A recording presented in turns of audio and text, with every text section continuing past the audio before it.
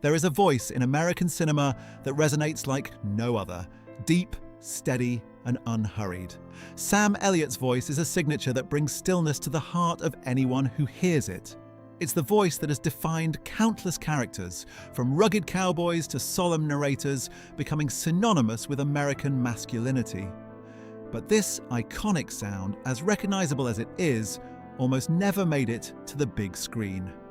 For nearly 2 decades, Sam Elliott was the man Hollywood almost chose.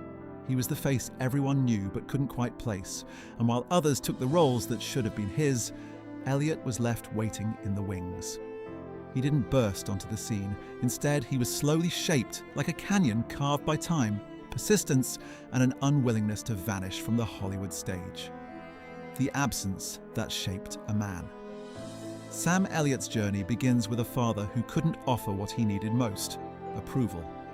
Born on August 9, 1944 in Sacramento, California, Elliott grew up in a home where emotional warmth was scarce. His father, Henry Nelson Elliott, worked for the California Department of Fish and Game, embodying the stoic, practical ideals of post-war America. His mother, Glenn Sutter, was the quieter, warmer presence, holding the household together with steady love.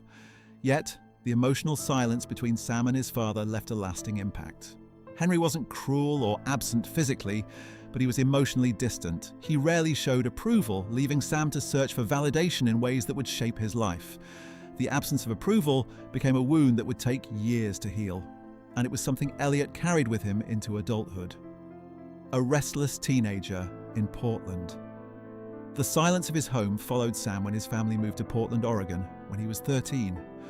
Portland's dreary weather and reserved culture only amplified Sam's sense of disconnection. As a teenager, he didn't excel in school or sports, and he felt like an outsider. His features were too strong for a boy, but not yet remarkable for a man. There were no accolades or moments that made him stand out. However, he found solace in nature, particularly in the expansive Oregon wilderness. It was here, amidst the quiet of the hills and trails, that Sam Elliott began to find himself. Nature offered him a refuge where he didn't have to be anything other than what he was. In that silence, he started to settle into his identity, unaware that this inner peace would eventually inform the characters he would become known for. A calling he couldn't ignore. At the University of Oregon, Sam Elliott faced a pivotal moment in his life, one that set him on the path to Hollywood. He discovered a passion for acting, which was not just a passing interest, but a deep calling. For him, acting wasn't an escape from life, it was a way to make sense of it. The stories he had seen in Western films had resonated deeply with him, sparking something inside that he couldn't ignore. However, his father didn't see acting as a legitimate path. To Henry, it was frivolous, a career choice that lacked the tangible value of a practical job. The conversation between them about Sam's future was not a dramatic outburst, but a quiet refusal. His father's disapproval was clear and steady, which only fueled Sam's determination to follow his passion, no matter how uncertain the road ahead seemed. Deferring dreams for practicality. Sam Elliott made the decision to transfer to Clark College in Vancouver, Washington, in an effort to please his father, who believed in practical work and a stable future. Sam worked various odd jobs, one as a land surveyor, trying to fit into the mold of what his father expected. However, he soon realized that no matter how hard he tried, he couldn't ignore the pull of acting. The dream wouldn't fade, and no practical job could fill the void. It became clear that acting was not just something Sam Elliott wanted, it was who he was meant to be. Despite the doubts surrounding his choice, the need to pursue acting became undeniable, and Sam eventually left the small college for the larger stage, Los Angeles. The moment he couldn't wait. For the moment Sam Elliott had long been waiting for came in 1970, but it wasn't the moment he had imagined. It was a devastating blow. His father, Henry Elliott, passed away before Sam had achieved any of the success he had hoped for. Henry never saw his son's career take off, or the mustache that would become iconic. He didn't live to witness the actor his son would become. For Sam, this was a cruel reality. The one man whose approval he had longed for was gone before he could see the outcome of his son's perseverance. The wound of his father's absence never fully healed, and it continued to shape Sam's pursuit of his career, making him more determined to prove his worth, not for the sake of others, but for himself. A decade of almost. The 1970s were marked by a period of near misses for Sam Elliott.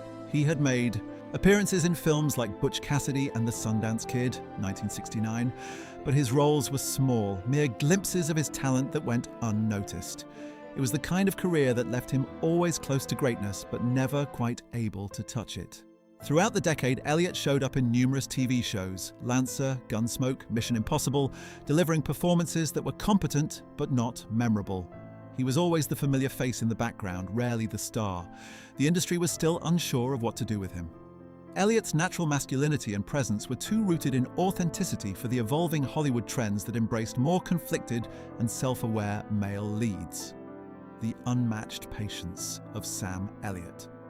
Sam Elliott didn't seek shortcuts. His persistence wasn't born of ambition for fame, it was rooted in the quiet determination of a man who refused to compromise his sense of self. He had the rare ability to wait without letting the world's judgment or Hollywood's fickleness push him into becoming something he wasn't. He accepted roles as they came, no matter how small, and treated each with the same seriousness and commitment. The long years of waiting in Hollywood's wilderness were not spent in vain. Every role, no matter how insignificant, was another step toward the legendary status he would one day achieve. Sam Elliott knew that greatness wasn't achieved overnight, it was built slowly, like the landscape that shaped him. Lifeguard, a quiet breakthrough. In 1976, Sam Elliott got his first leading role in Lifeguard, a modest film that didn't make him a star but proved something important. He played Rick Carlson, a lifeguard approaching middle age who is grappling with the quiet panic of unfulfilled dreams. The film, though largely forgotten by history, gave Elliott a chance to show his range as a leading man. The character's quiet introspection and reluctance to abandon his post resonated with Elliott's own struggles. Lifeguard didn't make him a household name, but it showcased his ability to carry a film and added weight to his already impressive body of work. It was another step toward a recognition that was long overdue. The mustache, the voice, and the legacy. Sam Elliott's most iconic traits, his thick mustache, gravelly voice, and intense presence, took years to shape. But when they finally did, they made him unforgettable. By the 1980s, his unique characteristics were hard to ignore, and Hollywood began to see in him what they had missed for decades. The man who had spent years on the edge of recognition now found himself cast in roles that showcased his true talent. His voice became the narrator of some of the most iconic films of the time, and his portrayal of rugged, stoic characters became emblematic of American masculinity. It took time, patience, and an unwavering commitment to his craft, but Sam Elliott's moment had arrived, and it was impossible for Hollywood to overlook him any longer.